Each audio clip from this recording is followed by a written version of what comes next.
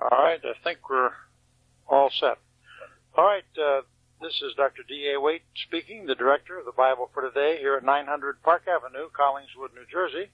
And on the other end of the telephone line, I have Mr. Victor Nischik, and he's from Munster, Indiana. How do you spell your name, Brother Nischik? It's M like in Nelly, Nischik. I-K, and you're living presently in Munster, Indiana, is that right? I do. Okay, I'd like to ask you what you might know concerning, I know you've written your book. Would you tell us about your book, first of all, what it's about and why you wrote it? I'll be happy to. The book was basically an outgrowth of a detailed diary that I kept for the events that began to unfold in about 1984-85 when my mind got unscrambled regarding the Hyles situation in Hammond. That's the ministry of Dr. Jack Hyles? Dr. Jack Hyles, yes. What is the title of that book again? The book is called The Wizard of God. And it was condensed to basically discuss briefly my background, my involvement in the ministry of Jack Hyles and Hammond, and then the entrapment into this cultish mind control, which basically got me involved quite deeply in the ministry, and then the tragic, this dissolution of my marriage and an eventual confrontation and my departure from First Baptist of Hammond in 1988. So, 1988, that's basically what that is. Yes. For our listeners who perhaps are not familiar with the book, how many years were you there at First Baptist of Hammond, and then how many years were you working very, very closely with Pastor Jack Hyles, approximately? I met my wife while I was in the armed forces in Kansas, and through a series of events, we were married in Hammond by Jack Hyles, and I joined the church in 1961, the year that I was married, and I stayed very active in the ministry of First Baptist Church through 1988. And what type of ministries did you have there? Were you just a tender, or were you? I did just a worker, or what? I'm not an ordained minister. I did not go to Bible school, but I got involved in teaching Sunday school at first, and from there I went to the bus ministry, in which I was for 24 and a half years. I was on the deacon board. I was the choir director for nearly 5 years. I led the singing in the adults pastor's class, which is a Sunday school class prior to the morning service. I was probably the closest man privately to Jack Hyles, and I did a lot of financial and personnel evaluations for him, a lot of detailed background work. I also was on the pastoral staff for all those years, working the altar, dealing with the converts and participating in the baptismal and the ordination services, So I was pretty deeply involved in the whole phase of the ministry. Now you say your background work for Pastor Jack Hyles. What does that involve? The background work. It was I had a standing appointment with him every week, and we saw each other several times a week. I traveled with him. I did a lot of business-related work pertaining to evaluation of properties, the acquisition of land, and things like a camp that the church operated. I was involved in placement of preacher boys from Hyles Anderson College into the ministry. I was involved in the evaluation and background investigation of potential employees and workers in the Sunday school department and that sort of thing. So I was sort of the eyes and the ears of Jack Hyles in monitoring the operations, of this far-flung ministry. Did he have respect to you and confidence in you for those years that you were there? Well, sir, basically? I probably was the closest man to him, and I knew the inner workings of the church quite intimately.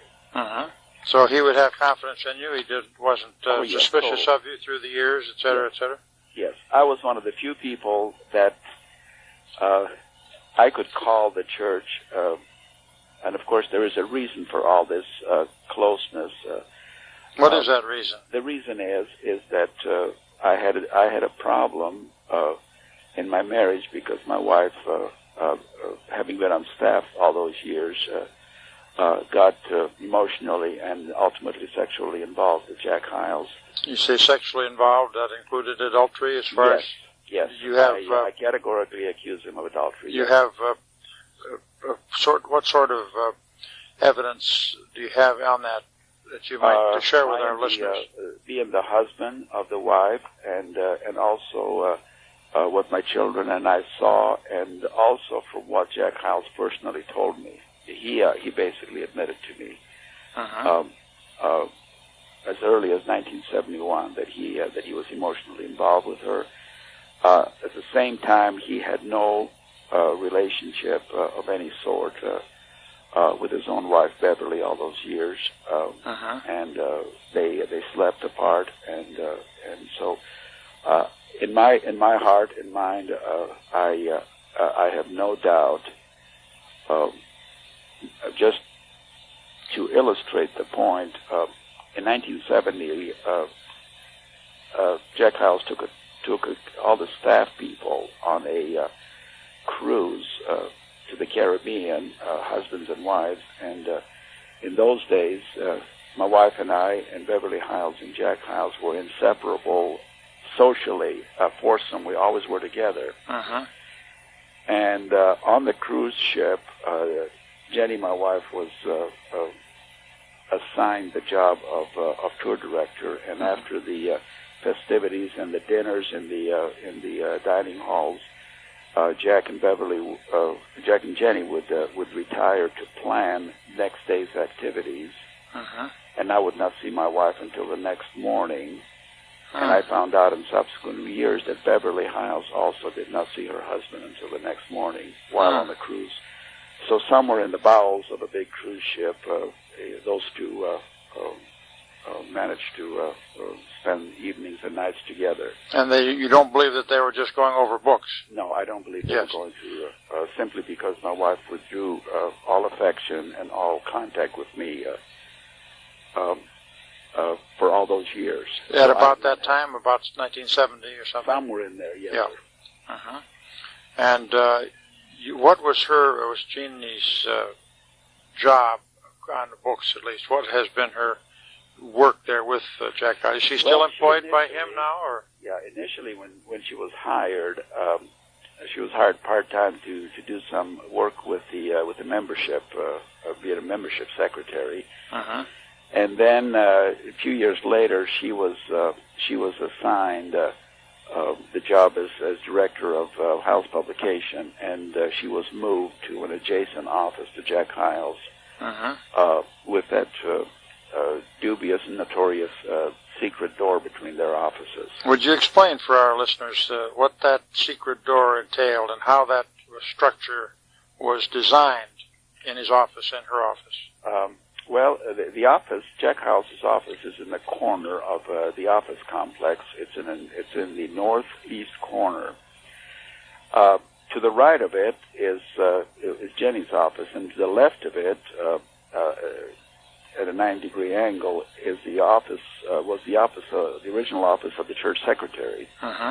When Jenny moved, and all these offices, from the secretary's office to Jack Hyles' office to Jenny's office, and from there to the receptionist's office, and there were several clusters of offices alongside each other. They were all interconnected with a door. Well, when Jenny moved into her... They had an outside door and a connecting door. Connecting door. I see.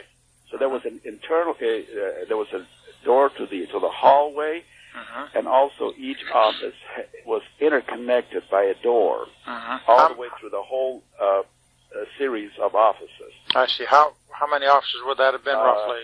I would guess probably a string of about 6 or 7 of them. 6 or 7, okay. And so when Jenny moved in, the connecting door between Jack Hyles and his secretary was permanently sealed. So that that door was closed. That is former secretary. That is correct. Was permanently sealed. Permanently sealed. Also, Jenny's door to the receptionist was sealed. I see. So no longer were these 6 or 7 interconnected. No longer were these doors, 6 or 7 offices interconnected. About what year would that have been? I venture to guess it was in the early 70s. Did you see these sealed doors? Is that a known thing in the church? It was a known factor because I knew, for example, Sandy Plopper, who was his office, his secretary. Sandy Plopper? Plopper, that's with a P. P-L-O? Yeah, P-L-O-P-P-E-R. I see. And she was a secretary? She was a secretary at the time, and when her door, direct door to the pastor, was sealed, she no longer had direct access. And not only that, but she was, from that day until she resigned several years later, she never set foot inside Jack Hyles' office. She was permanently sealed or kept from even physically entering. The only communication she had with the pastor was him coming to her office and doing his correspondence, and then communicating by the intercom. I see. Did he lock his outside door usually, or always? And so the one door that was between Jenny's office and the pastor's study was kept, but it was camouflaged. I see. How was it camouflaged? Okay, it was camouflaged 2 ways. His office was paneled. In other words, dark mahogany or walnut. I don't remember the exact grain of the paneling. His office was paneled, and the contractor who was doing it was asked and told to put paneling and over the door to make it look, there was a doorknob, but to make it look like there was one solid wall there. And there was a picture hung on the door. From Jenny's side, there was a drape that was hung the full length of the wall. I venture perhaps 3 or 4 feet away from the wall, and it covered the full length of her office. And that drape concealed storage cabinets and file cabinets, and there was a safe there, but also concealed the door. So that the average visitor to her office would not be aware that there was any connection between the two of them. And of course, the doors were, both doors to the outside, to the hallway, had deadbolts. And Sandy Plopper, she stayed on for, I'm guessing, a few years, maybe 3 or 4 years after this arrangement. A little red light was connected to her telephone. And when that little red light came on, she was forbidden to have to make any contact with Jenny or with Jack Hyles. In other words, she could not buzz him on a telephone. She could not interfere. One time, she told me that the president of the local bank came for a courtesy visit, and she broke the standing rule and buzzed him, and never fully recovered from the wrath that she incurred for doing so. And so again, when you have a man and a woman not married to each other with a private door, which is concealed, spending days on end together behind locked doors, I would say is rather positive proof that there was more than just professional, goings on. Were there windows in those outside doors by any chance? Or glasses at all? Glass? No. These were solid doors. No. There was no porthole. There was no way to see what was going on. So, how many hours a day did these two spend in this arrangement? Well, would you guess? On some days, they spent as many as 8 to 10 hours there behind closed doors. And as long as the little red light stood, stayed lit on the telephone, there was no one was permitted. How long would you say did Mrs. Plopper estimate, Sandy Plopper, that these would stay lit. Did she have any guess that how many? What was it? A matter of a few minutes, a quarter of an hour, half an hour, 2 hours, or what would you say would be a guess? Sometime that little light stayed on for the whole day. Is that right? Oh yes. One incident happened that was so graphic in its bizarre arrangement. Is my daughter Judy one time had an accident on the playground and she broke her arm. Uh-huh. And the teachers called the school, to get Jenny to come and give her medical assistance. And they could not get through for hours. And my daughter sat in the nursing room with a broken arm for possibly 4 or 5 hours, if not longer, until finally, somebody was able to get Jenny's attention and get her out of the office and have her come and take care of her daughter's, broken arm. So that's how secretive and how totally concealed that situation was. Has he ever admitted this arrangement in any publication or in any sermon at all? Oh, no. He has denied consistently that door doesn't even exist. Uh-huh. What, did they have any arrangements in either room? By the way, before I ask that, did she also have this red light privilege? In other words, when the red light was on, neither party, the secretary couldn't interrupt either party, buzz either group. Is that either the Jack Hyles or Jenny? I'm not sure. Yeah, I doubt that that light was in Jenny's room. That light was only in Sandy Plopper's office. Uh-huh. But what I mean is, when that light was on, I see what you mean, but she couldn't, what I meant to say, maybe I phrased it wrong, Sandy Plopper, the secretary, could not buzz or interrupt either Jenny or Jack Hyles? That is correct. I see. Okay. Now, in the rooms, either the office, Jenny's office, or Jack Hyles' office, was there any Davenport beds, sleeping accommodations that would make it simple to have sexual relations and adulterous relations, as far as you know? Yes, sir. The furniture in the pastor's study had living room furniture. Uh-huh.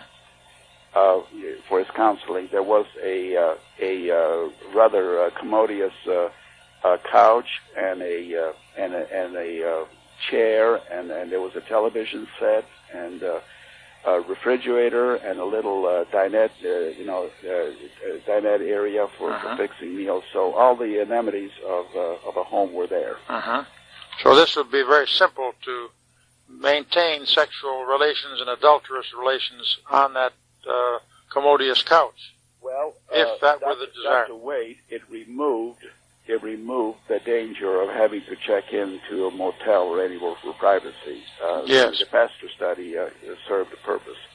Now, during this time, your relations with your wife, Mrs. Nischik, Jenny, there had ceased, or were they continuing? Your sexual relations there? Mine? Yes. My sexual relationship with my wife ended in 1970. And that was contemporaneous with the... Well, it was request on her part, where she came to me and she told me that she was so involved and so deeply involved in the ministry that there was no room for any marital. So that was on her part. And you've got to understand that we're dealing here with a David Koresh type mind control. Uh-huh. Jack Hyles came to me and in tears told me one day that that Jenny was just absolutely irreplaceable to him, and that she was his inspiration. And then he confided in me several things of a rather personal nature. One was that because of the travels around the country and the jet lag and everything else, that has rendered him impotent. Well, I found that to be a rather strange statement to come from a pastor and unsolicited, and I believe that was done to alleviate any anxieties that I might have that they had sexual relationship. Uh-huh. Do you believe he was lying through his teeth at that point? I have no doubt in my mind that he was lying. He also told his wife the same thing to alleviate her anxiety. And then also... Okay, go ahead. And then also, Dr. Wade, he put his arm around me, and he had this knack of being able to cry tears spontaneously. Uh-huh. And he would cry, and he would say, Vic, he said, you're the only man on God's earth that truly understands me, because you're the only man that lives the way I do. I live in the basement, too. I don't have any relationship with my wife. I have odd hours, and I don't want to disturb her, so I have a room down the basement. And that made it, in my mind, thinking, you know, he used to always talk about this this Nazarite vow, you know, that there was the Old Testament as being a commitment to God's service, which precluded any pleasures of having, you know, the companionship of a wife. Uh-huh.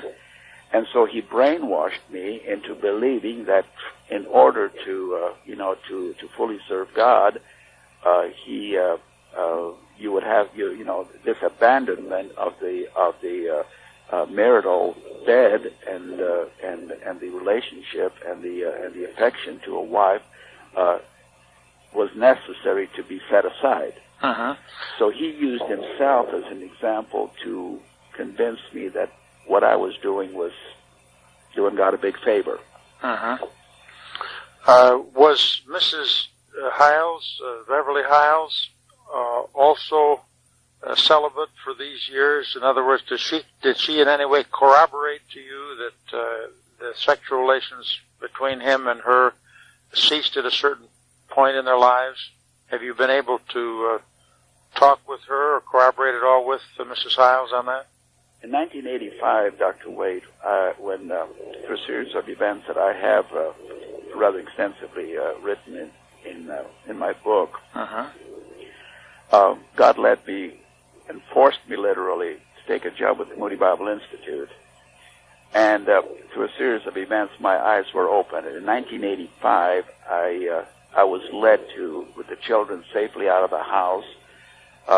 They were, incidentally, the main reason of my staying. I could not bring myself to turn them over into the ministry, which I knew was flawed all along. Uh-huh. So in 1985, I confronted him. We had a big, stormy 7-hour standoff. How many hours? 7 hours. 7 hours. In his office? In his office. With any red lights on the secretary's phone or not? It was in the evening, so we started at 6:30, and we went almost till 1 o'clock in the morning, if not later. But it was just a lengthy standoff.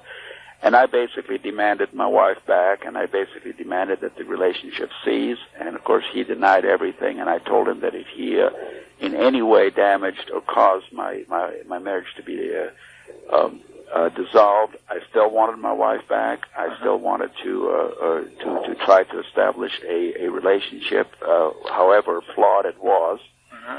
And I told him that if he didn't cooperate, I was going to go and talk to Beverly Hyles. And I did that. And that's when he basically made that notorious statement to me that if you want to have the same relationship with Beverly that I have with Jenny, you have my permission. In other words, he basically offered his wife to me. Yeah, to have sex with you. Oh, yes. Yes. Oh, yes. He didn't care. So how long did you talk to Beverly Hyles, his wife? We talked for a number of Saturdays. Our house was only three houses away from the Hyles parsonage. We lived right around the corner from them. And I spent a number of Saturdays in September and October of 1985 with her in the living room, and we talked, talked extensively. So I know firsthand that she had lived a celibate life, too. I see. Did she have any explanation for his actions? Did she also believe that there was adultery and sexual relations on his part with your wife? Did she have any statement? She knew about the relationship, and she was quite concerned about it. And but Beverly Hyles, again, Jack Hyles had an uncanny ability to control people. And the way he controlled her behavior was through fear of possibly being consigned to an institution, and she was just scared to death of it, so she was afraid to do anything about the bizarre situation. Yeah, in other words, to an insane asylum? Would he have that power? Do you feel? Well, she, with the money and with the with the power that he possessed, money will buy anything. All it takes is 2 doctors, isn't it? And all it takes is 2 doctors, and there were a number of doctors, and still are in the church there, that are totally loyal to him. So it wouldn't take much to be able to carry out the threat. And that's how he managed to control her over. So she's never gone public with that. No, she never did, and to this day, neither Jenny Nischik nor Beverly Hyles has made no attempt to deny the allegation or in any way make any comments about it. They both have been totally silent on the whole debacle. And their silence does not necessarily mean that there has been no adultery on Jack Hyles and Jenny Nischik's part. Is that correct? Well, the silence does not. Yeah, the silence. I've told people around the country that one way to remove any shadow of doubt if there was no adultery is for Beverly Hyles and Jenny Nischik to embrace each other and stand behind the pulpit and deny that there was anything involved. And neither one has done that. In fact, both women have been totally silent. They have had no communication with each other. They don't speak to each other, and they have no contact whatsoever. Is this public interview on our tape recorder here by phone going to get Beverly Hyles in trouble, do you think? I don't think so. In other words, this is something that you are testifying to, what you know concerning... I'm testifying to what I know, and I have not been afraid of the truth, and Beverly Hyles' silence is very damnable because she knows what he is, and she knows what has been going on between Beverly and Jack, and her silence has contributed to the cover-up. How long were these sessions that you visited with her and discussions and so on?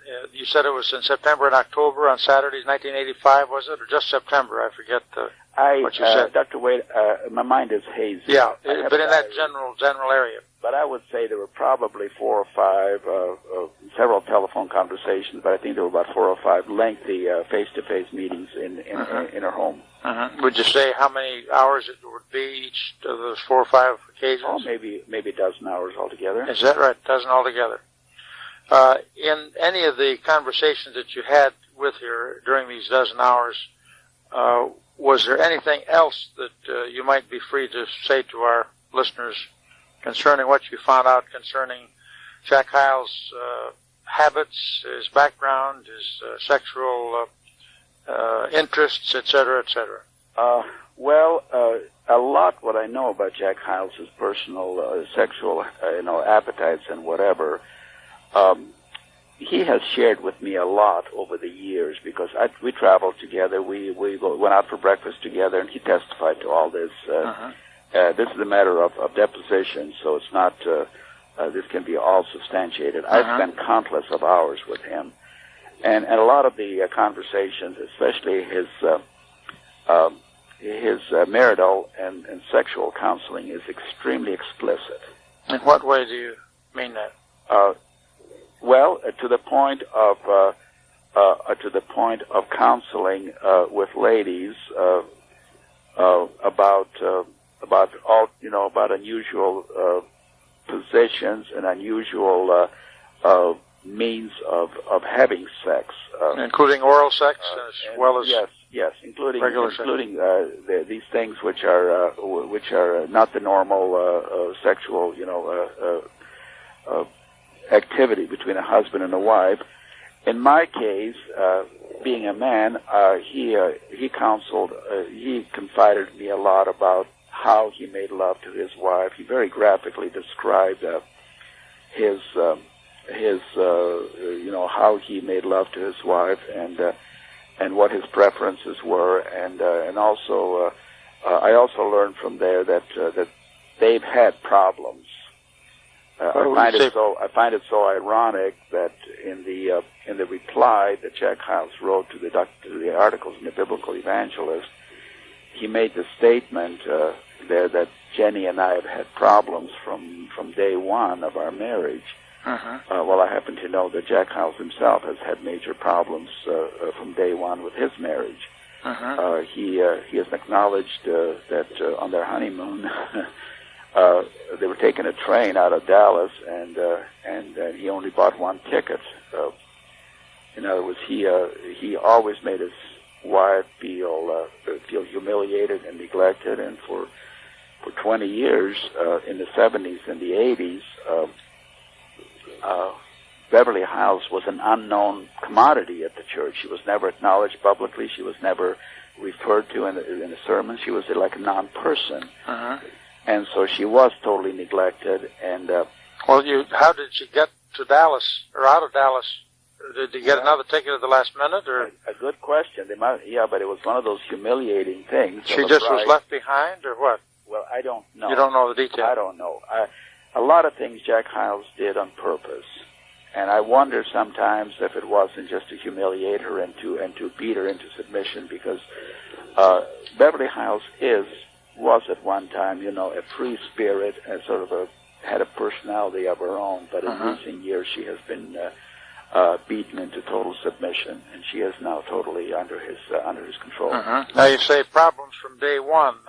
Any other problems that you know about in his honeymoon situation? Well, I know of some things that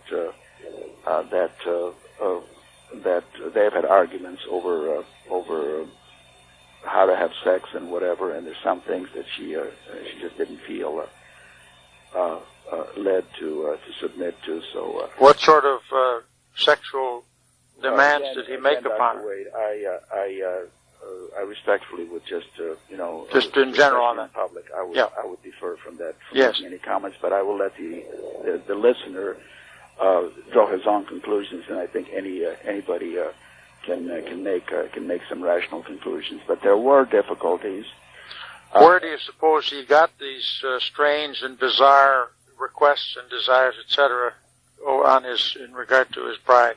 Well, again, we can go to the one source that is probably the most reliable on all this are his own sermons. And I know, for example, he talks forever about driving through and parking in the red light district in Dallas.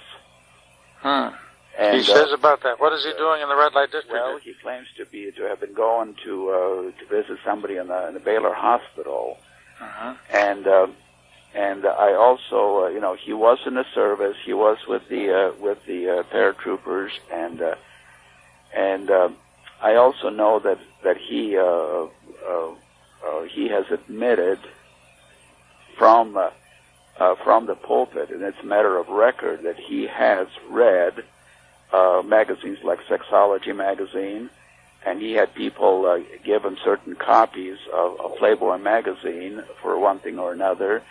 And so I believe that, and this is quoting from his sermons, that he has indeed been involved with pornographic material. Has this pornographic material, do you think, influenced him in other ways, in addition to merely his own marriage, or beginning his marriage? How long do you think he has been influenced by this pornography? Well, probably all his life, because he's always been a loner. He fits the profile of a man who travels a lot, spends countless of hours, in a motel room, and not having a normal relationship with his spouse. And I happen to know that his television set in his study is wired for cable. So I know that he has the availability, and not just the normal cable, but also the that is correct. HBO and whatever you call those other sex cable stuff. All those the filthy stuff. Yeah, whatever. Not just the cable TV and cable news and all. Yes, and what gives me suspicion that he was deeply involved in this thing is the bizarre and the depraved way that he counseled people with marital problems. One of his he was extremely talked a lot from the pulpit about incest. He talked about it being a horrible sin. He talked about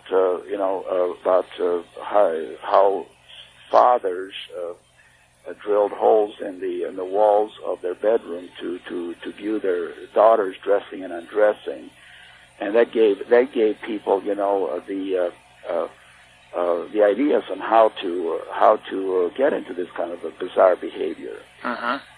He had some very strange, and I was with him on the wedding days of his daughters, when he would talk about graphically to me about what that young man is going to do to their daughter. Well, this is your own flesh and blood, and I always thought it was rather bizarre that a father would graphically discuss not only his own personal sex life, but that of his children. How many daughters does he have? He has 3 daughters.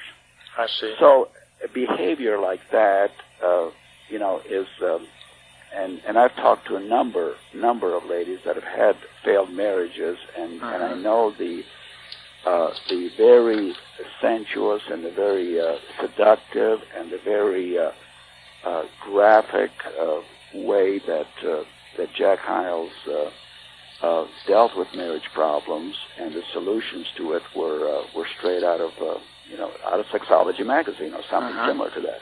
What are the names of his daughters? I think, does he have one son? He has one son, Dave, and he has 3 daughters, Becky, Linda, and Cindy.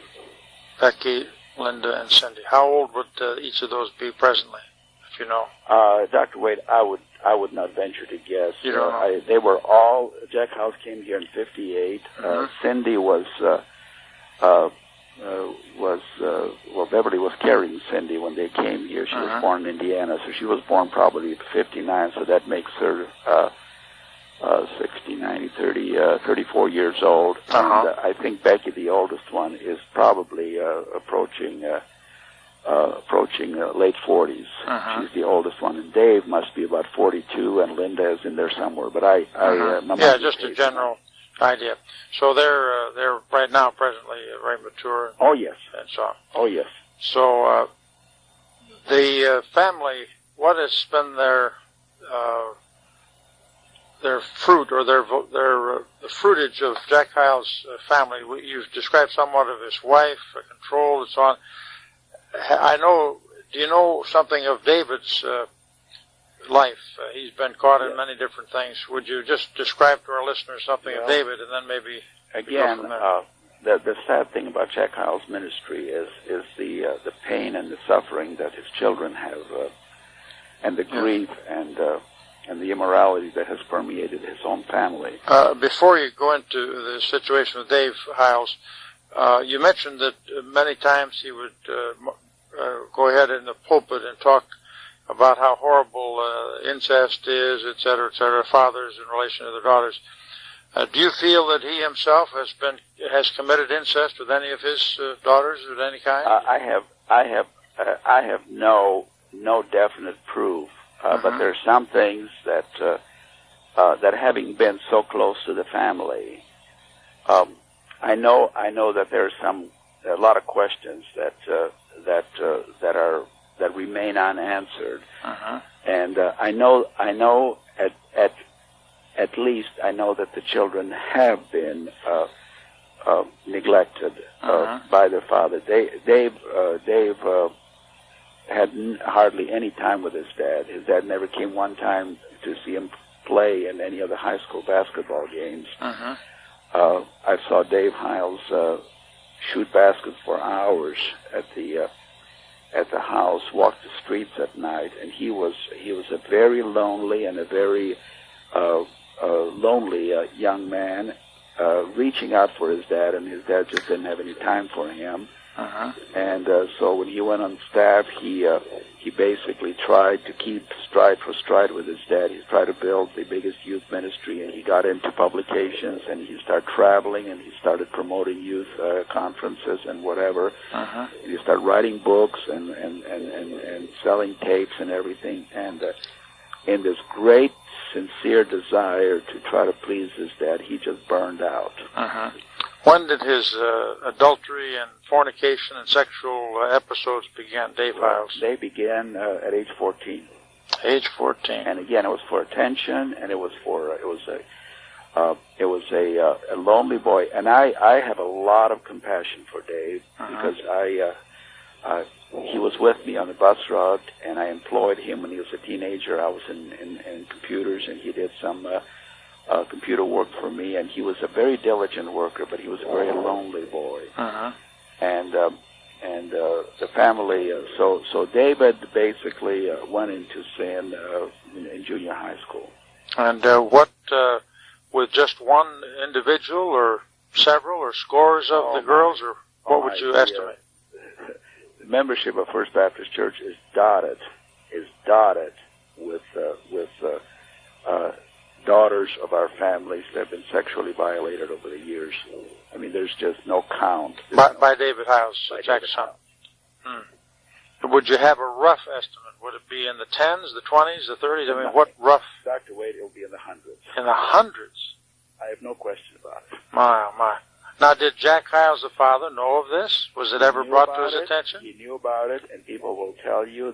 People would bring evidence in. He would take the evidence and tell him that he'd take care of it, and he would not. I've gone to him countless times, warning him about his son, and his comment would be, "Well, boys will be boys, and I appreciate you telling me. Just keep telling. He can give me the information and whatever, and I'll take care of it." And he never did. And simply because the Hyles children all knew, and Dr. Sumner, in one of his articles recently in the Biblical Evangelist, made reference to the fact that one of his daughters confirmed that the accuracy of the Sumner articles and my book and Boyle Glover's Fundamental Seduction were basically essentially correct.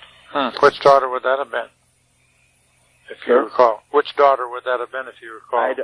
Or didn't he mention the daughter? He did not mention. And I see. I know who she is, but I need to... Better not, yeah.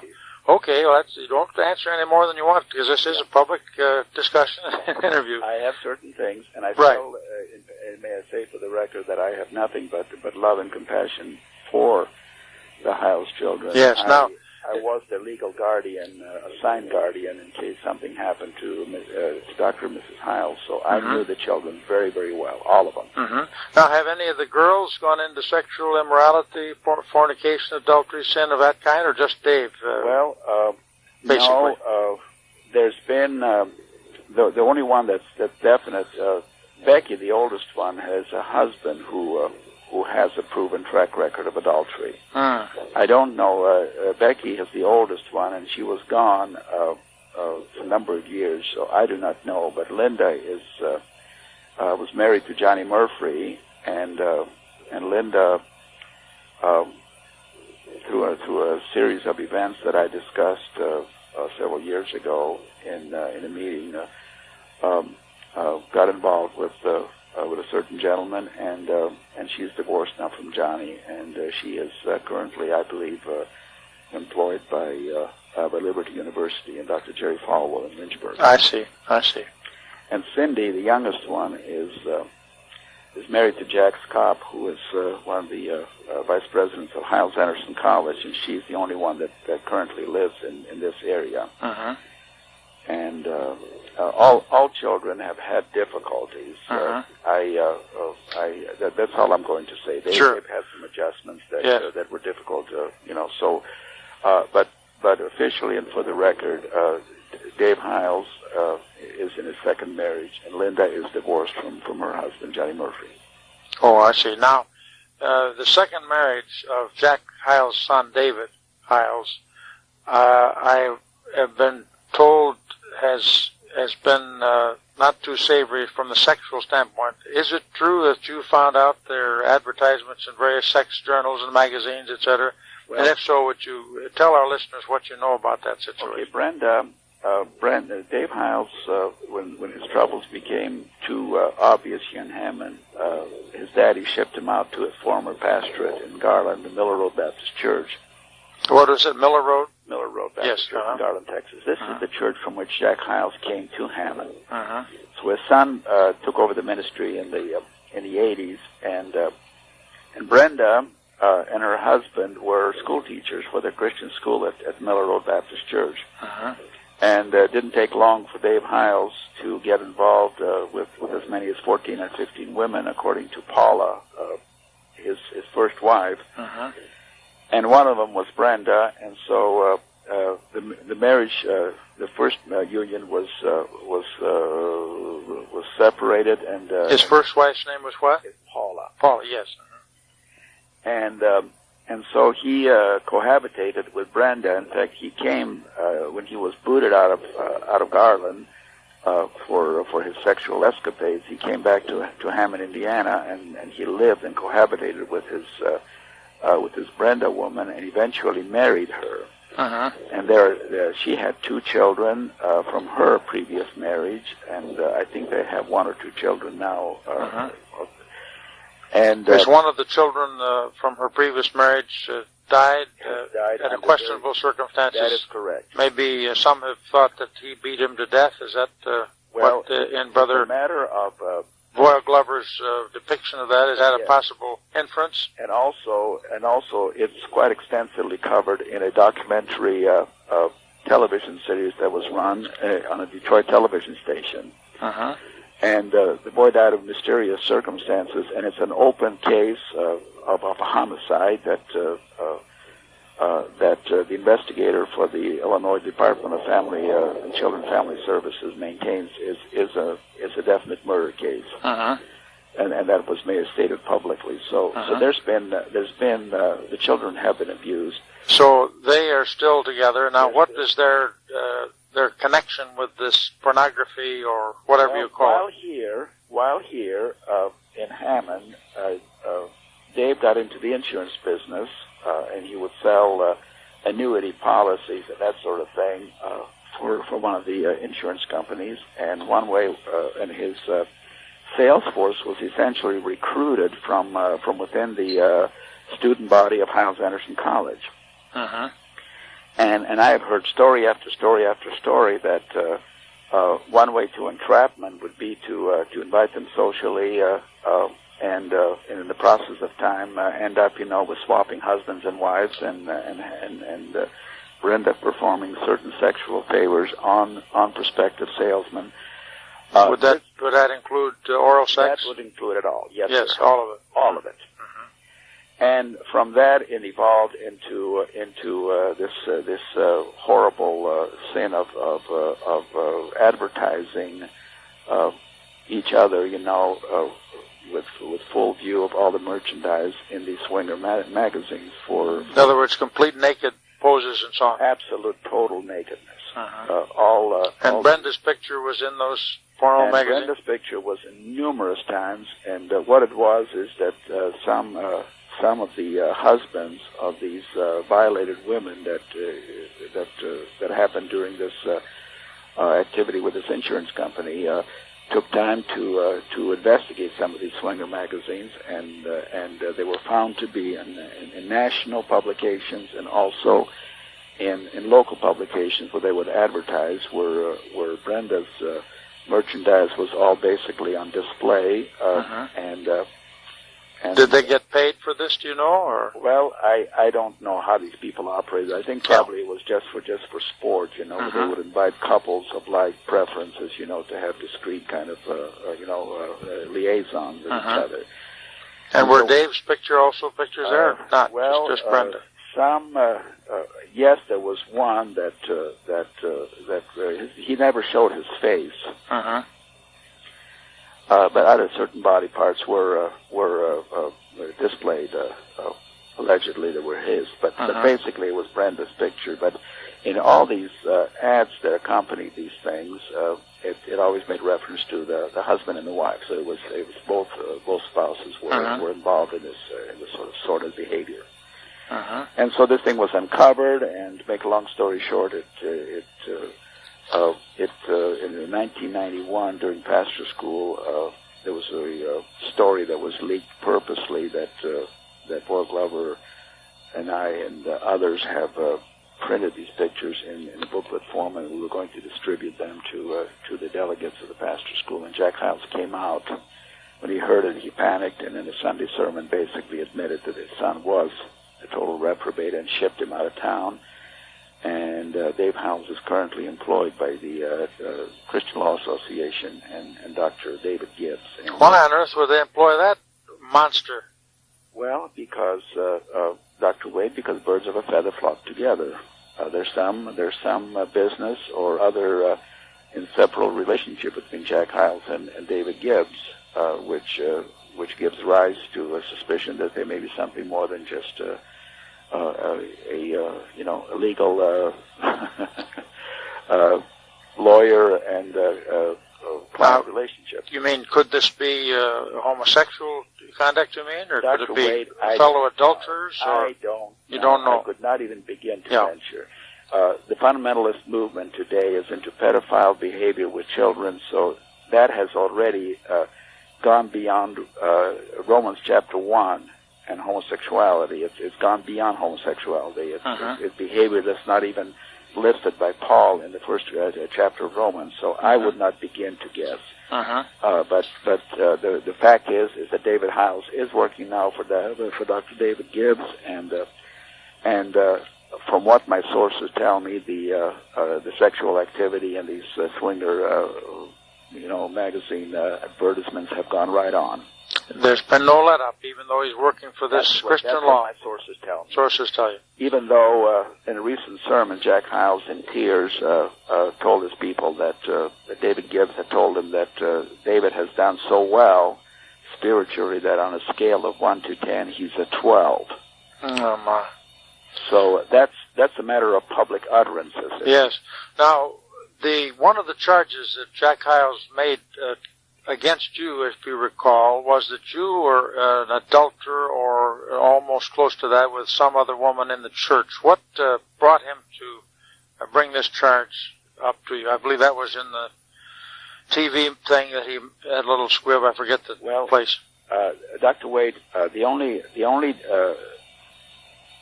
defense that Jack Hyles had is to tarnish my reputation. And to make it a his word versus my word kind of a situation. And of course, I'm a little nobody, and he's a great leader on whose shoulders all of fundamentalism rests.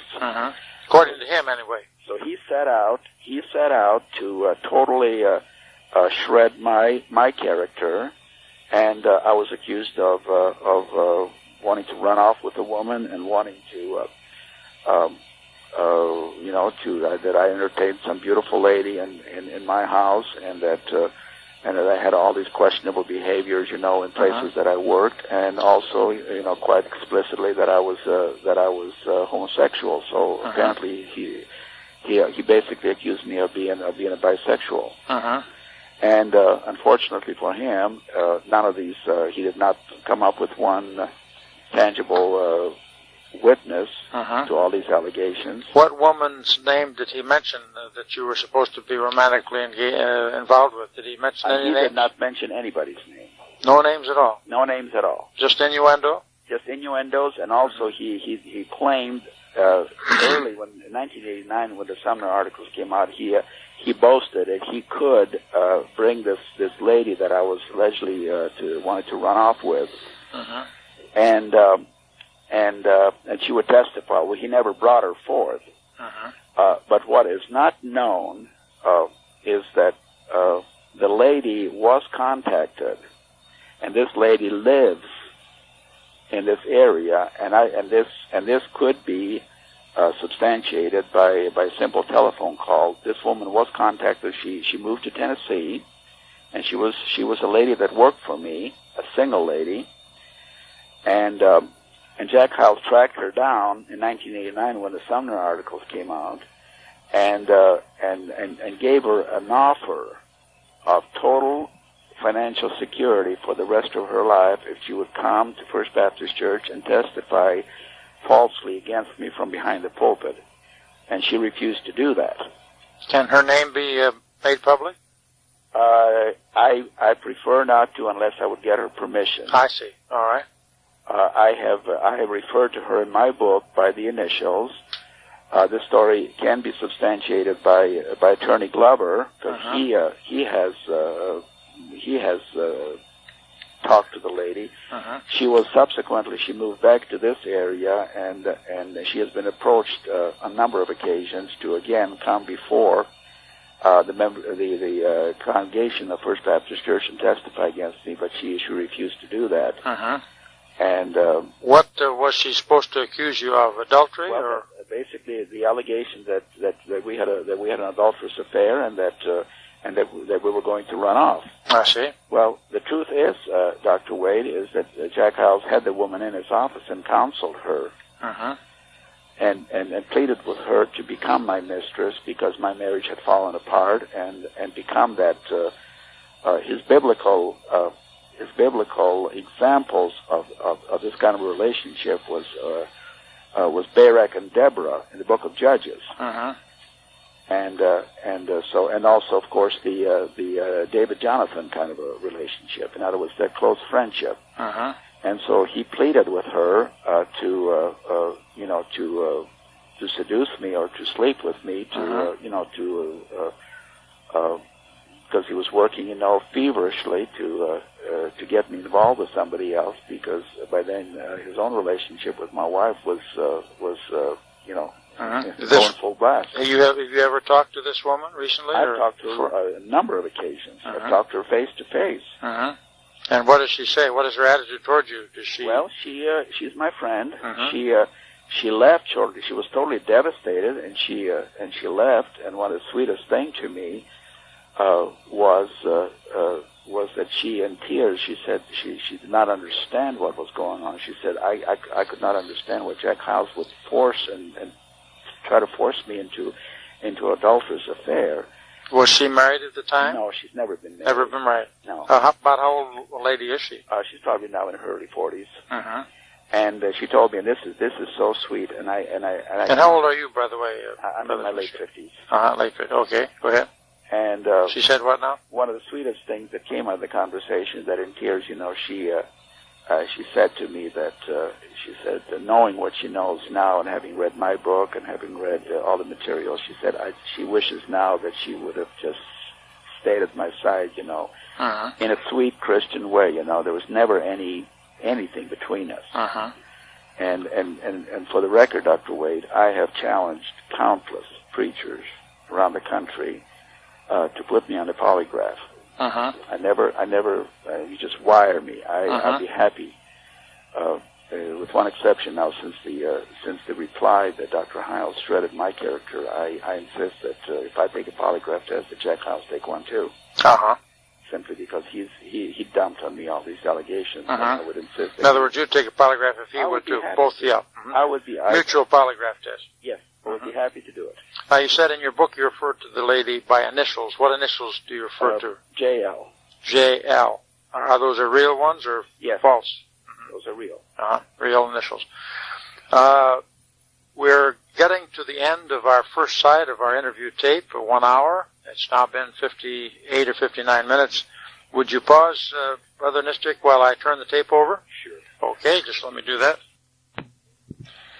Okay, this is the continuation of the interview with Mr. Vic Nischik, who is in Munster, Indiana, and I am Dr. D.A. Waite, Director of the Bible for Today here at 900 Park Avenue, Collingswood, New Jersey. And right now, the time is 10:10 p.m., the 19th of June, Saturday evening, 1993. And we're talking about the situation with Jack Hyles and Vic Nischik's relationship with him over the many years. All right, Brother Vic, would you please tell our listeners something concerning the subject you mentioned earlier about the proliferation of pedophile activity among the fundamentalists and pastors and preachers and others, individuals in our Christian churches? What evidence do you have in regard to that subject and theme? Well, it's quite a shocking theme. Again, Dr. Wade, we're dealing with God in His mercy has given the believers of our nation ample warning of these plagues that are coming. And the most graphic one that happened in the last several weeks is the David Koresh situation. And where children have been prepared for being the brides of David Koresh, where men were loyal, fiercely loyal to him, and died for him, and were required by David Koresh to live a celibate life, while David Koresh slept with the wives and impregnated them, and they bore his children for him. The whole, what this basically is an example of is the cultish mind control. And this is something that believers in America and the general public has a difficult time understanding, because this being a free democratic society with freedoms and liberties that are guaranteed by the Constitution, people find it incomprehensible that there would be mind control exercised in America, but there is. Do you think Jack Hyles is a partisan controller in this? And Jack Hyles is the ultimate. He is the guru. He is the mastermind of this mind control and this tightly secretive cultish mentality that exists. You have to understand, Dr. Wade, that for 30 years Jack Hyles conducted pastor school, and many of the men that have been discredited in the ministry, namely the Jimmy Swaggers and the Jimmy Bakkers, and people of that caliber, the Jerry Falwells, and all the other great leaders of this nation, in and out of the Baptist denominational association, have come to pastor school. And have seen in pastor school where Jack Hyles paraded little teenage girls and showed them off to the men and saying, "Wouldn't you like to touch these beautiful bodies?" And created an atmosphere of lust towards the children. This is very graphically discussed in the documentary that came out of the series of television programs in Michigan. So are you able to send that documentary to us here at the Bible for Today? I put it in the mail today, Dr. Wade. Excellent. We're able to share this with our friends and people. You're certainly free to do whatever you want to. I would just ask that you return the copy, because the loaner that. Yes, sir. I'll be right, but I'm able to copy it and return You're free to do okay. There's no copyright. In fact, the people have encouraged that this be distributed as widely as possible. We certainly will do our very best. Would you say it was an acceptably done documentary? It was a very well documented and with an ample number of witnesses, and very professionally done, and like in so many other ways. The one witness that indicted Jack Hyles more than any other witness is Jack Hyles himself, with his big mouth. So anyhow, would this be libelous, slanderous? Any attorney's opinions about it at all? Well, what was the radio or TV station that aired it in Detroit? Yeah, it was aired in Detroit, Dr. Wade, and the thing that you've got to understand about Jack Hyles, he has intimidated a lot of people. He has intimidated the networks from running this series with the fear of a lawsuit. But what people don't realize is that Jack Hyles will never sue anybody for libel. Why is that? Because he has more. He has a closet full of skeletons. And in a lawsuit, the defense attorney has every right and every opportunity to do a discovery and to subpoena any records or anything that might be germane and pertinent to the case. So yes, anything pertaining to telephone calls and financial records and that sort of thing, and if anybody, if there would have been a lawsuit, it would have been against Dr. Sumner or against me and the allegations that I have made. Or maybe Royal Glover, perhaps. Royal Glover and others, but he's an attorney. He's an attorney himself, and I guess he wasn't worried about that. Yes, and the people in Michigan the attorneys, were given the material. And which attorneys now? The station? For the station. Which station was that again? WJBK. WJB as in boy? Yes. K, okay. Well, that's up out of Detroit. It's a CBS affiliate in Detroit, Michigan. CBS. Do you know whether any other CBS stations carried it?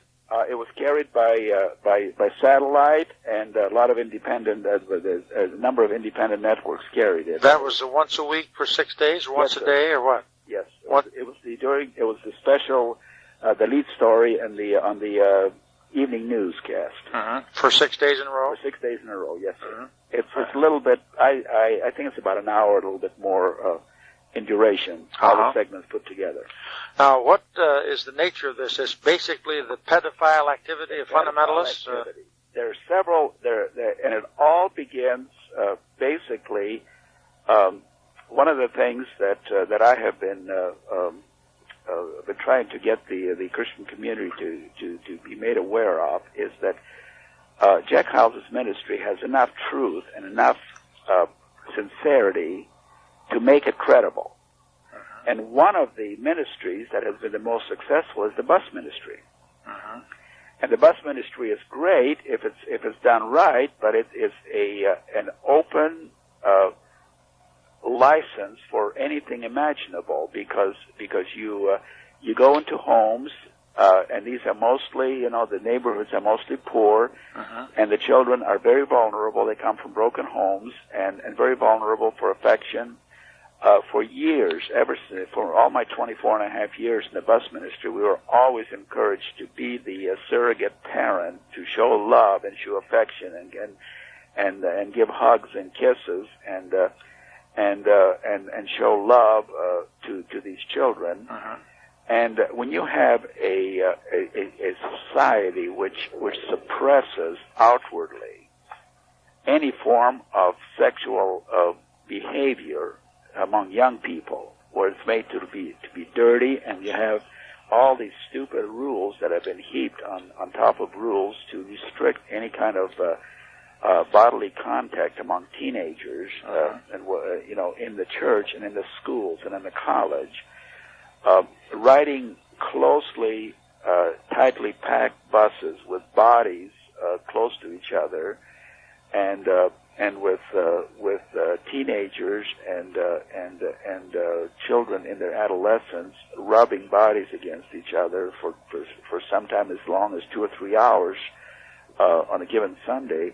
It opens up a can of worms of behavior, and there's been constant stream of allegations of fondling and accidental touching of children that has permeated, and there was never any time given for these workers to have any restraint or show any propriety.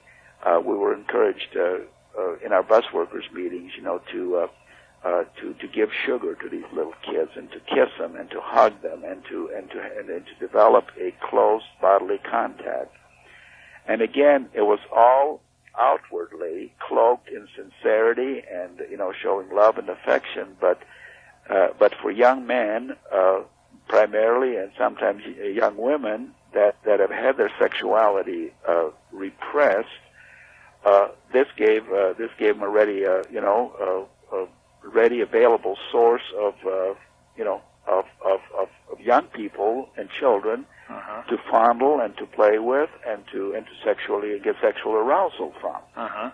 Now, you said that when Jack Hyles on the pastor's schools parades these teenagers and so on up there, wouldn't you like to touch their bodies? Do you feel, is it possible that he has had pedophile activity down through his life and ministry with the pornography that he's been reading? It really reveals the mind of the man. And on the tape that I'm sending you will hear his own voice.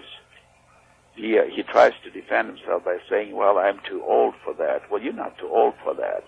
He always tried to. How old is Jack Hyles? He is 67 now. But again, there was always this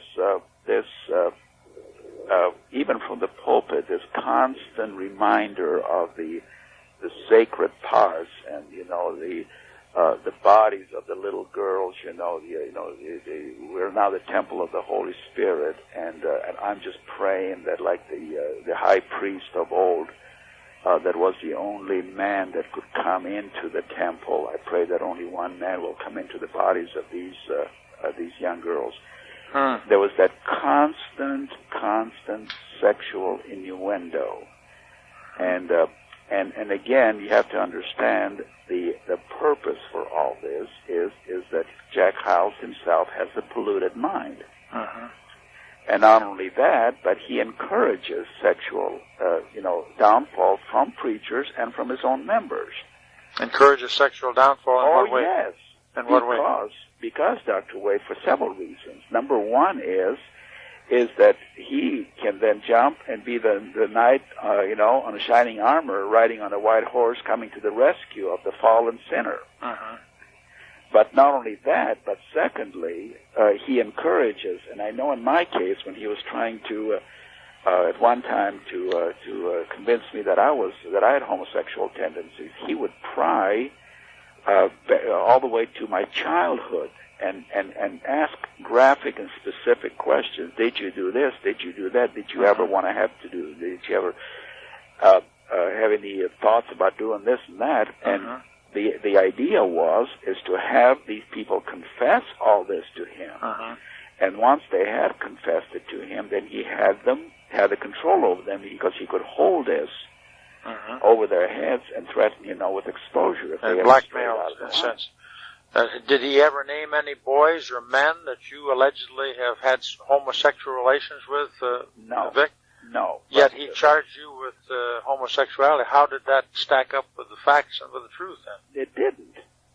It didn't. It was just he did when he stole my wife's affection. He spent months and months trying to convince me that I was sexually dysfunctional. And one of the things that he worked on the hardest is to convince me that I had homosexual tendencies.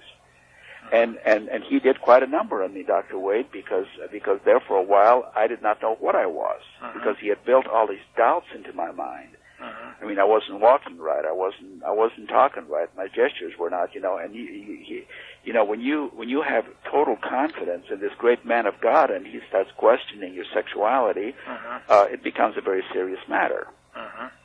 And so he's able to make even the strongest person doubt. Even the strongest, and I cannot tell you, except for the grace of God, he did not break me. But he could very well have, and I know a lot of people that confess to things like that simply just to stop that relentless harangue. Now you say he tries to make marriages break up. You mean he encourages divorces? Yes. And why does he do that? Again, as a matter of control, as a matter of power, he would boast to me often. He would say about John Colson, his associate pastor, who was my best friend, and Elaine Colson. He would just snap his fingers, and say, "Well, I could get those two to break up tomorrow if I wanted to." It's a matter of power. It's a matter of and one of the things that was so very obvious with Jack Hyles is that he enjoyed flaunting this power. He would, the fact that I'm right here in the middle of this great church, but I can snap my fingers and get these people to do anything. A number of occasions when my marriage broke up, he repeatedly told me, he said, "Vic, if you ever need a woman for sex, let me know and I'll take care of it." Where would he get these women? From within the membership of his church. He knew of some that would cooperate? Oh, sure. How does that stack up with morality and decency on his part or any Christian's part? There was no decency. There was no morality. The only decency, the morality was in writing volumes and volumes of rules by which our children were governed in our schools and in their behavior. But it was all for public record to convince the whole world how virtuous and how pure we are. And that has transcended itself into his ministry.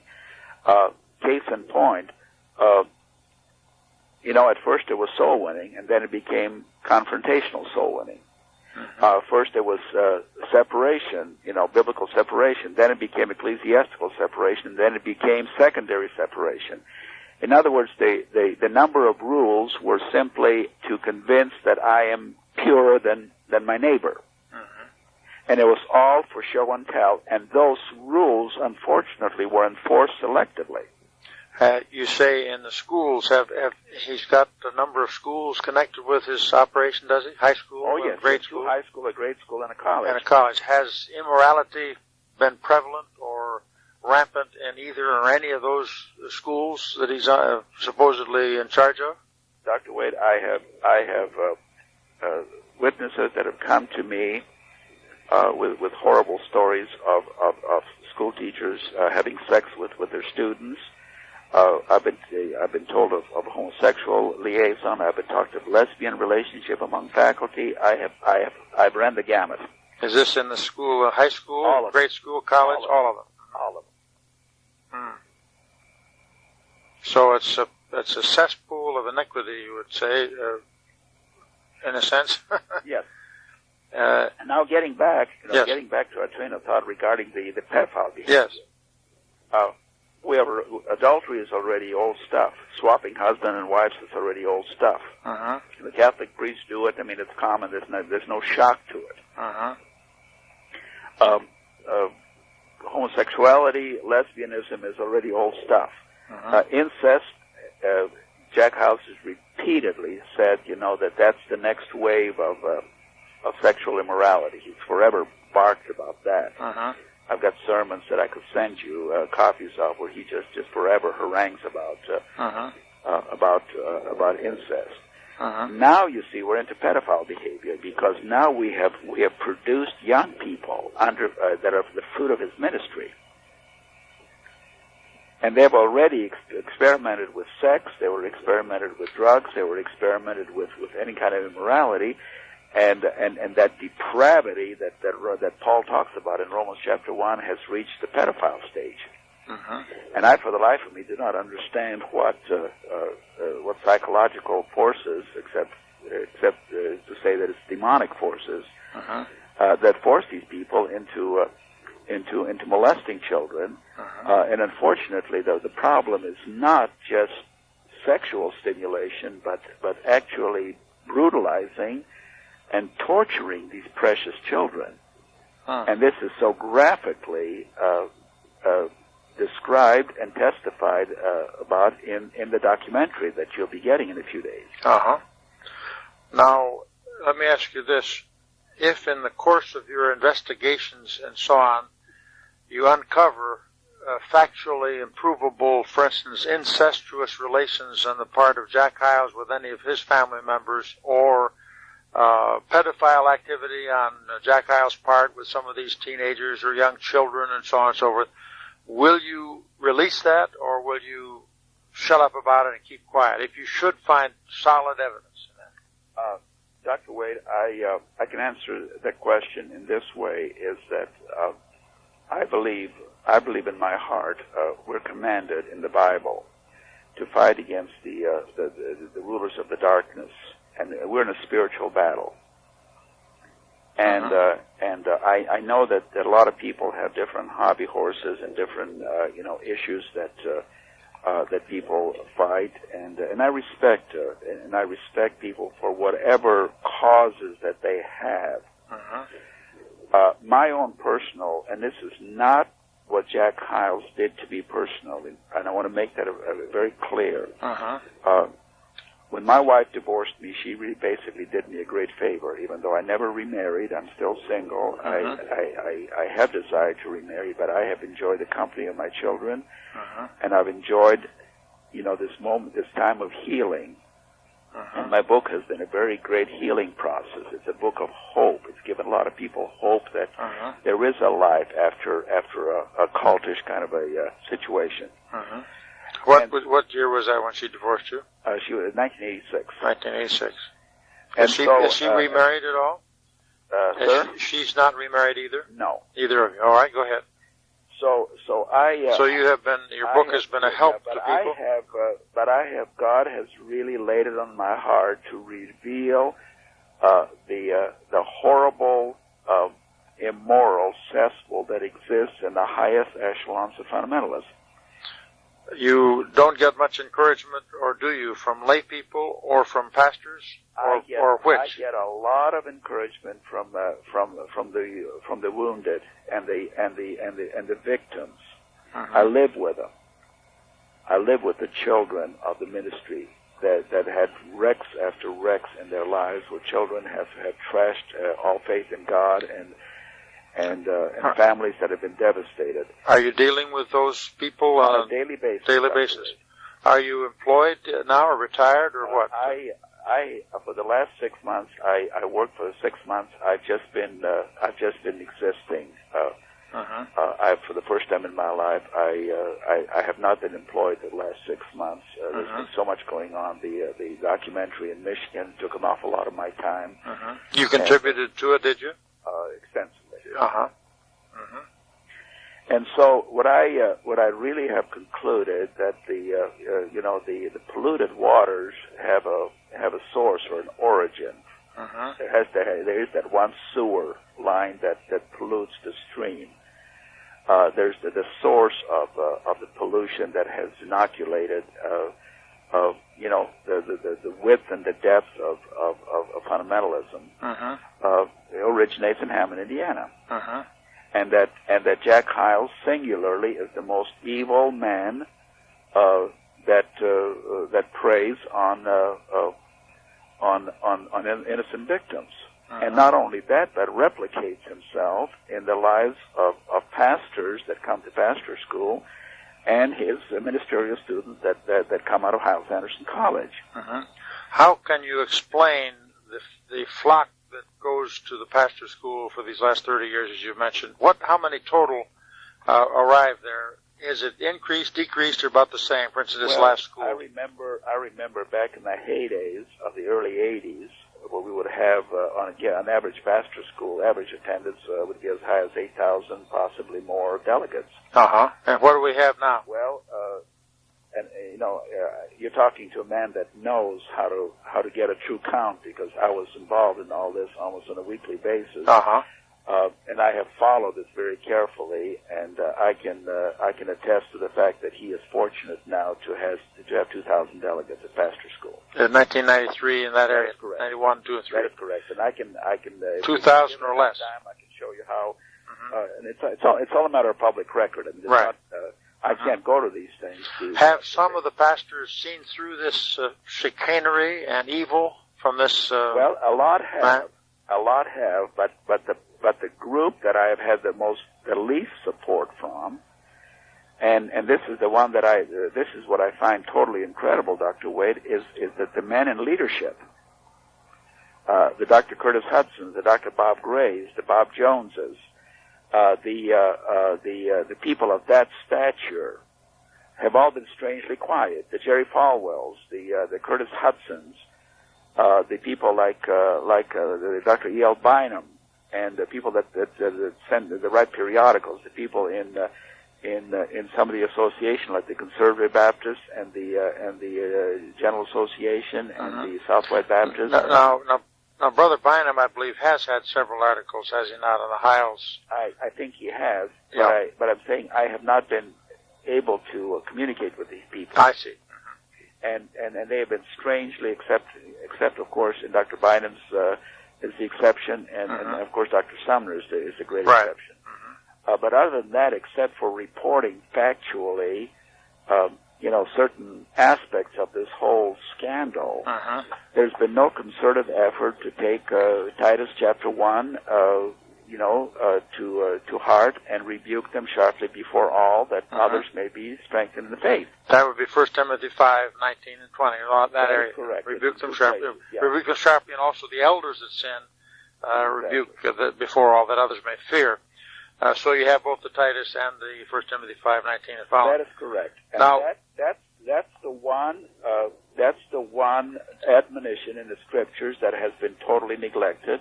The other one, of course, is the matter of church discipline in 1 Corinthians chapter 6 or 7, is it? That chapter 6, totally neglected. Chapter 5, that's right. Yeah, that has been totally neglected. And also, I maintain that one of the most important scriptures is that the commandment of scriptures not to have any fellowship with fornicators. And also the whole issue of separation.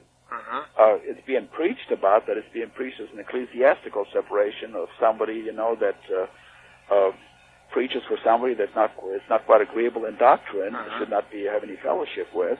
But not personal and holiness separation. That's right. And also, for some reason, everybody is concerned with men outside of the Baptist group.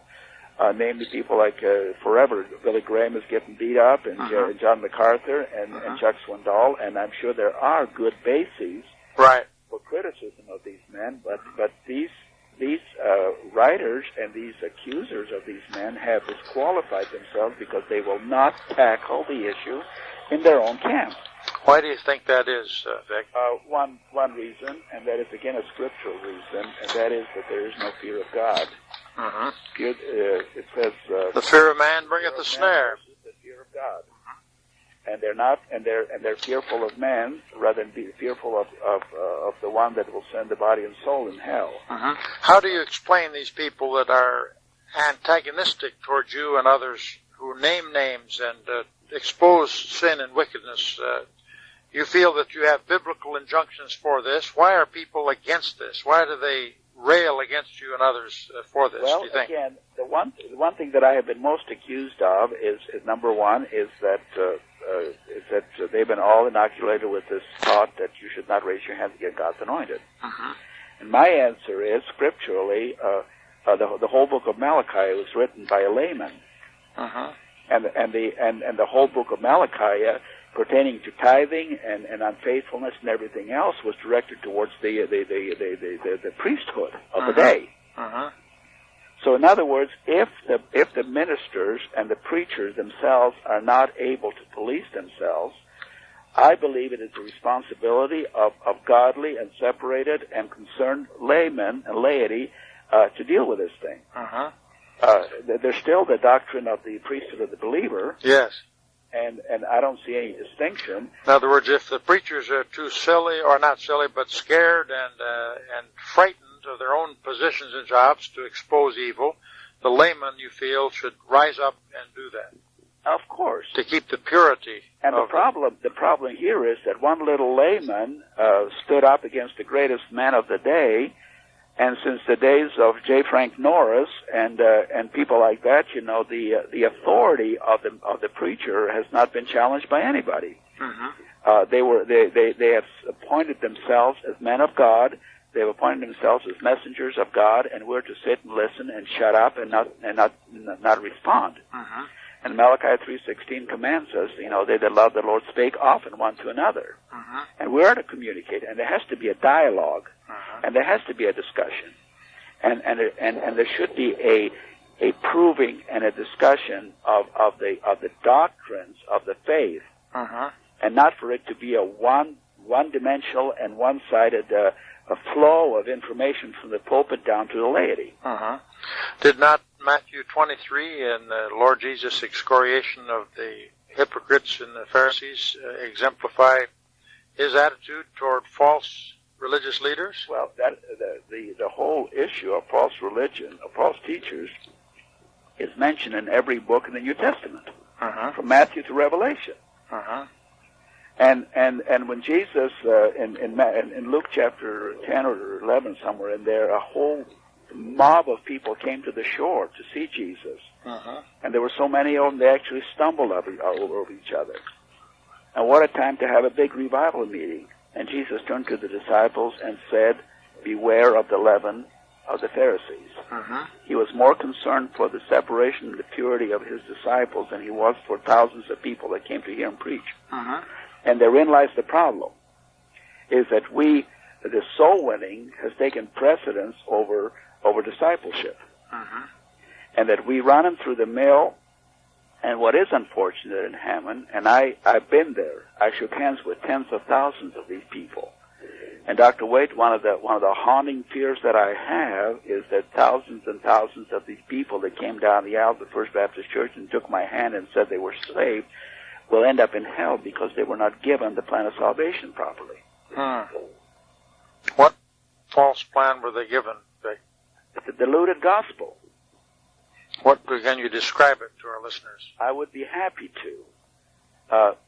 Our plan of salvation was a 30-second capsule, vitamin capsule, Romans 3:10, Romans 3:23, Romans 6:10, and Romans 10:13. And you're a sinner, if you're a sinner, you're going to go to hell, but Jesus died for you. If you say a little prayer, you're going to go to heaven. And are these the type of the thousands that he's claimed to be converted? And these are the thousands that he claimed to have been saved. What is his total count? Is it so much a year? What's his total? What is he saying now he's led to Christ? Do you remember approximately? I mean, by now it's in the hundreds of thousands. Hundreds of thousands. And you're wondering whether or not these people will be in hell because of the diluted gospel. Well, that is again, Dr. Wade, if Jack Hyles has been in Hammond for 30 years, and he's had 20,000, 30,000. Well, he had 100,000. He had more people in church allegedly one Sunday than the whole population of Hammond, Indiana. He had several times that he claimed to have 100,000 people in church. And my question is, where are they? And the second question I have is, where are the churches? There should have been by now in the Chicago area several hundred some fundamental Baptist churches. If even a fraction of these people. But I have even a more damaging statistic than that. And that is this. In one phase of the ministry, the First Baptist Church has an average of about 100 deacons. And the last one that I served on was in 1988. And I did a survey for Dr. Sumner to determine what percentage of the deacon board, after 27 years of his ministry in Hammond, what percentage of these deacons were homebred converts of his ministry. People that have been won to the Lord, nurtured in the gospel, matured enough spiritually where they would qualify to become deacons of the First Baptist Church. The percentage was less than 2%. Less than 2%. Yes. So most of them are from other ministries. Most of the growth of the church in the 60s and 70s were people like me that were unhappy with the deadness and the dryness of our churches coast to coast, and saw something which was vibrant and alive and like moths going to a light. We all immigrated from all over the country to Hampton. And most of the leaders today in the church are people that have come from anywhere. I see. That's sort of a mecca. It's sort of a mecca. But the product is not there. If soul winning builds churches, we should have a huge number of people that are serving the Lord today faithfully. After 24 and a half years in the bus ministry, driving a bus faithfully and bringing in anywhere from 200 to who knows how many people over the years, I can claim perhaps 15 or 20 people that are serving the Lord today. Out of all those hundreds? Out of all those years and years of bus ministry. It's a failure, Dr. Wade. The whole system has failed tragically because we do not. First of all, in our soul winning, there's not a word about repentance. There's no word about a change of direction where there have to be fruits of the Spirit and a changed life and whatever.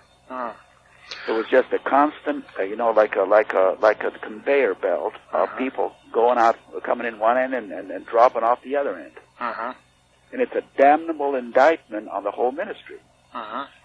Now, what progress has been made in this deacon of Jack Hyles, who's been accused in the court and found guilty, I guess, of pedophile activity of some sort in the school, or in the college, in the church, I guess.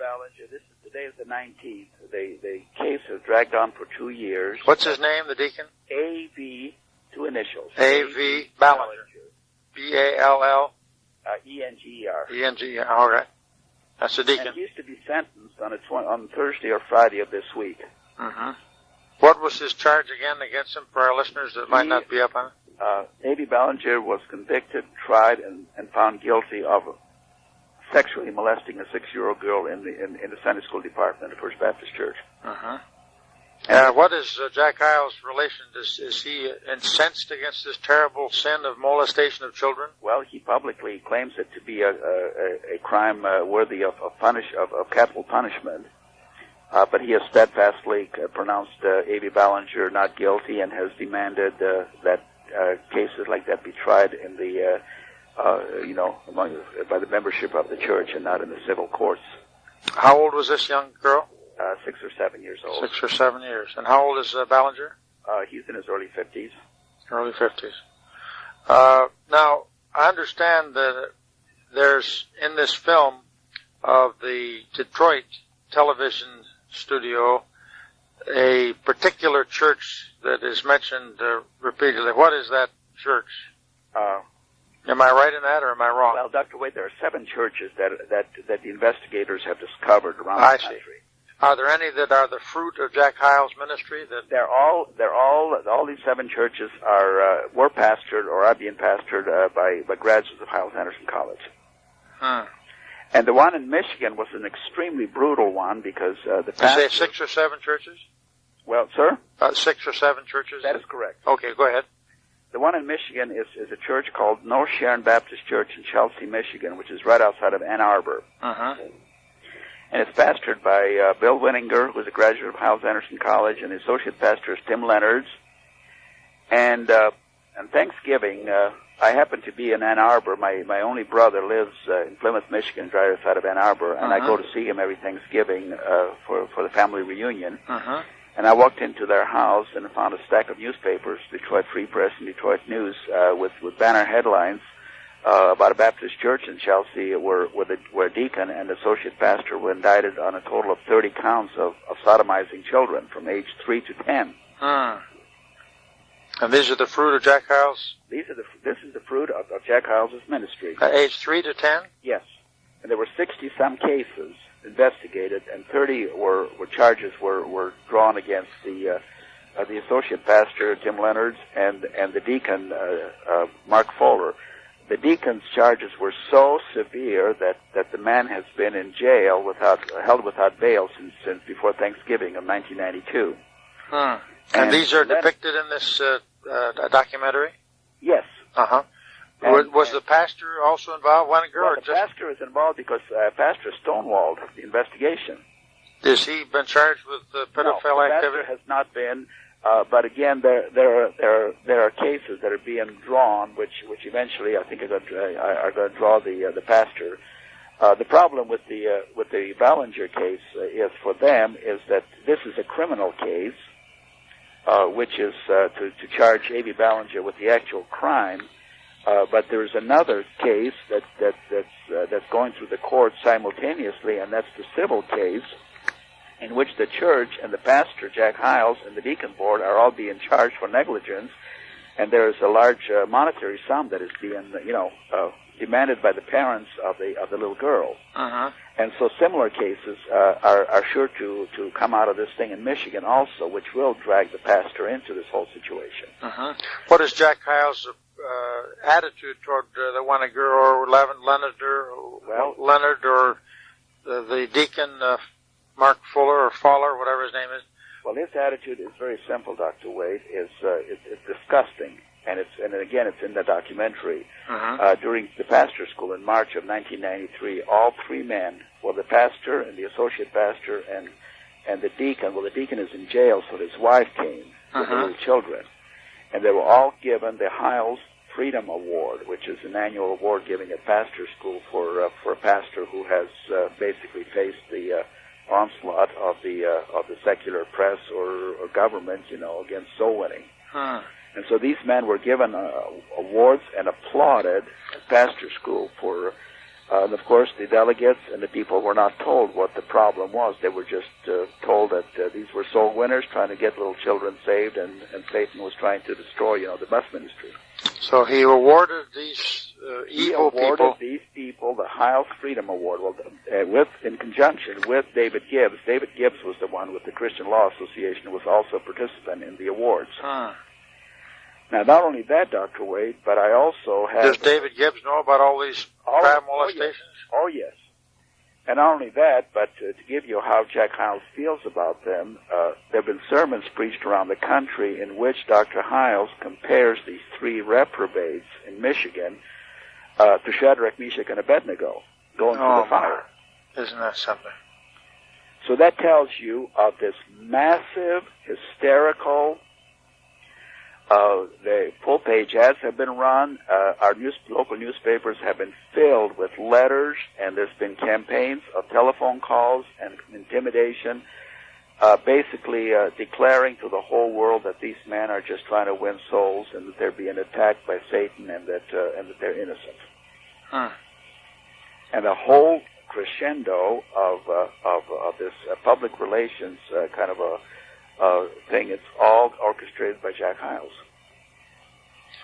Is it your belief and understanding from what you know about the Christian faith that Jack Hyles is redeemed, or do you feel that he's unredeemed and like Antichrist, an actor? Dr. Wade, I say it very advisedly, and this is coming from a man that saw him and watched him for nearly 30 years. I was with him countless hours. I'll let the listeners make the final decision, but I will give you these facts, that in those 30 years of intimate time spent with this man, I never one time that I recall, heard him say one word or never open the Bible and share a Bible truth with me. In all those years, I will testify to that without any shadow of doubt, I had never one time in all my travels and all my time with him ever saw him witness to anybody about the Lord Jesus. In all that time, I never one time saw him, on his knees. We say, Vic, I have a burden, let's pray about it. The only time I saw him pray was for the meal in the restaurant. So privately, we talked about the baseball teams and about the football teams and the latest ethnic jokes and levity and idle talk. But in all those years, I have never one time prayed with him unless I had a specific prayer that I asked him to pray for something regarding, my family or my own personal needs or whatever. He's not a spiritual man, and he does not manifest privately any fruits of the Spirit. And my own personal assessment of the man is that he is the ultimate deception of Satan. A man that was brought on the scene as the champion of fundamentalism and soul winning and separation and standards and defender of the King James Bible and all the other good things that we hold dear in our lives. And he assumed the position of a Baptist minister, which is a mainline, quote, Protestant denomination, which is basically associated with the fundamental or the conservative or the biblical standards of what denominations are today. And he preached enough truth and enough of the symbols of true Christianity to make himself credible, and came on as the savior of the world and savior of America, and he was going to build the largest churches in America and help stem the tide of communism and whatever. And in the process of doing that, he has corrupted and injected into the bloodstream of fundamentalism a virus to me that's deadlier than the AIDS virus. So I look at him as being the ultimate deception of Satan, which tells me that these are the last days where even the elect, even the theologians or the Bible believing, preachers and laymen, were hooked into this thing. And one of the most incredible things to me is that the big shots in denominations and in our Baptist circles to this day will not face with the reality of what's happening. Have any of the Baptist groups or leaders been willing to write editorials and publicize Jack Hyles' foibles? No, sir. The only magazine that published it extensively was the Biblical Evangelist, and I appreciate you reminding me that Dr. E.L. Bynum did write an article or two. But other than that, have you had any call you, any leaders? For instance, now you're a member of what kind of a Baptist church are you going to now? I go to Bethel Baptist Church in Maryville, Indiana, which is a GRB church. Maryville, Indiana? Yes. At GRB. Your father was connected with my father was a native Ukrainian missionary to the Ukrainians under Baptist Mid Missions. Are you Ukrainian by yes, birth? I am. That's my nationality. We're Ukrainian by nationality. I see. And so you're familiar? He's under Baptist Mission. What'd you say? The eastern states, New Jersey and Pennsylvania, has a rather number of Ukrainian Baptist churches. With which my dad was associated. I see. Have you found any interest in helping you to publicize this terrible, horrendous thing on the part of any of the GARB leaders, regular Baptist leaders? No. Nobody. Paul Tassel or any of the people? No, sir. No, sir. I've talked to many of them personally, and there's never been any opportunity for me to, or for Royal Glover, my attorney friend who published a book alongside of mine. Nobody was willing to take ads for the book, and nobody has reviewed them. You asked for. There was one GERB associational paper in Minnesota that carried just a one paragraph little book review of my book, but other than that, nobody would touch it with a 10-foot pole. None of the Christian book publishers would publish the book because it was too controversial. So I had to publish it under private name. Well, there's only one. This issue has been on the national spotlight since 1986, basically, when I went before the Deacon Board. And to this day, I've had only 2 invitations to come to speak to any group around the country. The preachers are very, very gun shy. They won't have anything to do with me. What were those 2 invitations, if you mind? The one was to by Dr. Greg Dixon in Indianapolis to his group organization called the Unregistered Churches Coalition. I think that's the tapes that I heard from you there. Yeah. And I also received a church an invitation to speak to a church in Columbus, Ohio, which also is in some fashion associated with this movement. I see. But other than that, I have written countless letters. For many years, I would write to the pastors of the churches where Jack Hyles preached and warn them basically, to take Matthew 18 literally and get measured for a millstone because they might be hanging one around their necks. And Dr. Wade, it's been like throwing rocks into a hollow well. Nothing ever came back. The preachers are basically, I sense, very, very gun shy and stay away from me. And I realize that I have basically challenged the authority of the ministry, and I can understand that. You're not at war with all ministers of every stripe and kind. No. That's your charge against you. Is that what they're trying to say? Some of them. Well, they're basically the basic tone of the replies that I get is that they nitpick at something and say, well, this doesn't sound true, and how can we believe everything else you say? And my basic answer has been is that I am not trying to convince anybody. I'm not trying to win a popularity contest. My issue and my whole effort is to expose Jack Hyles, because I consider him to be the source of all this pollution. And again, may I say for the record, it has nothing to do what he's done to me. I escaped from it, and I could have very happily just moved away and lived in total obscurity. I have 2 children that love the Lord. I have their trust and their confidence. May I say also for the record that my wife has totally severed all contact with my children. Is that right? And she has not had contact with them going on 4 years. I mean, none whatsoever. She will not respond to letters and to Christmas gifts and to Mother's Day gifts or anything. So so that gives you some idea as to the depravity of the whole situation. It certainly is depravity.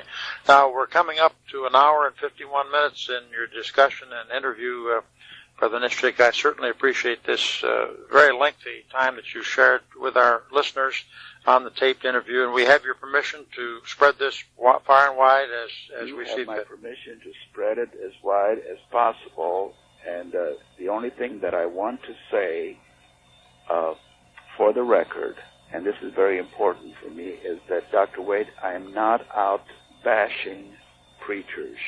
Good. I am not out to try to destroy fundamentalism.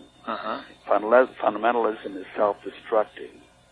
And this matter, it's a spiritual battle, and my Bible says in Hebrews that those that sin willfully will incur the fiery wrath of a righteous God. And my ministry is found in Ezekiel chapter 3, verse 20 and 21, where it says that we are to warn the believers. And that I don't want the blood of people that would claim to be ignorant. We are commanded to warn the believers, not just the unsaved, but the believers, of any false doctrine, of any false misconception that has been permeated. And that my argument is that unless the body of Christ and our Baptist believers as a group wake up and deal with the issue in their own camp, you can write an epitaph to fundamentalism. It's dead, and I don't want it to die. No. And I love the Lord, and I wait for His coming. And what this has taught me more than anything else is, in the absence of support from the brethren that I thought I would get, I have learned really to trust my Lord. Even more. I love Him, and I in the Scriptures constantly. I still adhere and study my Bible faithfully, and it's an old Ryrie Study Bible in King James, and I will stay with it till I die. Of course, I use other commentaries and whatever. And my faith is very sound, and I'm not a bitter man, but I see the body of Christ, in dire straits. And I see immorality in the pulpits coast to coast, and I see Christians being destroyed. I see little children having their moms and dads divorce each other. I see families being shredded, and all I can do is just do whatever I can to sound a warning to the believers. And that's the mission. Well, I appreciate this interview, Brother Vic Nischik from Munster, Indiana. Maybe you can come to the Independent Baptist Fellowship meeting that's, I'm sure you've perhaps heard of it, Indianapolis, Indiana. The Dean Burgon Society, Indianapolis, Indiana. That's July 21st and 22nd. I'll send you some materials on that. I would be very happy. That's in defense of traditional Bible texts, but I think it might be of interest in fellowship. What title or titles would you think would be appropriate for this interview? Can you give me 2 or 3 punchy titles that you think would attract interest so we could spread it far and wide in our readership? Well, you're basically, you're talking to a man who was on the inside. Right. I mean, I'm not just did some research. Right. Inside man. I was in on the inner sanctum of the inner sanctum of the operation here in Hammond. So I think it's a story of you cannot you have to stress the cultishness of the system. We have to stress the fact that the only people that can truly assess a situation like that are people that have been in it and come out of it with their sanity and with their spirituality intact. And I give praise to my Heavenly Father for having sustained me and kept me spiritually alive and has restored my spiritual balance. So it's basically an insider story of a monstrous cult. Insider story of a monstrous cult. Well, that's a good title. And of course, the title of my book is probably as descriptive as anything as to. The title, of course, came from the little children's book, The Wizard of Oz, which is basically, smoke and mirrors. Yes, smoke and mirrors, and that's what we have. That's what we have. Is there anything else you'd like to say very hurriedly before we bring this to a conclusion? Appreciate you talking to you, brother. And, well, I certainly am glad for this. If we can salvage a few lives out of this thing, I think God will be pleased with that. Yes, well, we certainly. And that's the whole intent. It's not an exercise in hurting the body of Christ. It's an exercise in trying to restore a body of Christ to spiritual health. Well, that's a very commendable thing. We'll do all we can in the Bible for Today to further that cause, and we look forward to the documentary that you're going to be sending. And also, I know our listeners will look forward to listening to this interview. I appreciate your willingness. It's now 11:07 p.m. here on the 19th of June, Saturday evening, 1993. And this is Dr. D.A. Waite, Director of the Bible for Today at 900 Park Avenue, Collingswood, New Jersey. And speaking to Brother Vic Nischik of Munster, Indiana. Thank you very much, Brother Vic, and we'll sign off. Let me just stop the tape, and then we'll say goodbye personally.